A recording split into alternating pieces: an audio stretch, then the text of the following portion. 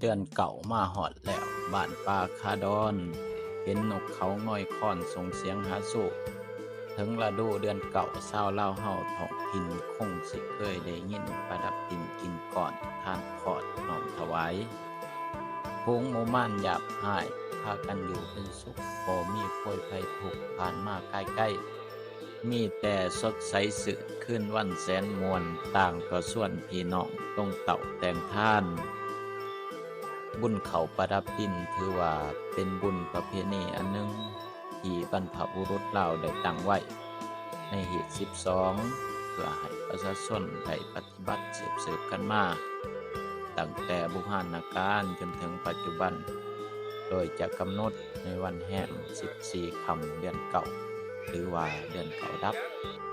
โดยที่ประชาชนทั้งหลายจะได้พากันเตรียมข้าวปลาอาหาร หรือขนมข้าวต้มของหวานของข้าวหมากพลูยาสูบต่างๆทั้งหลายเหล่านี้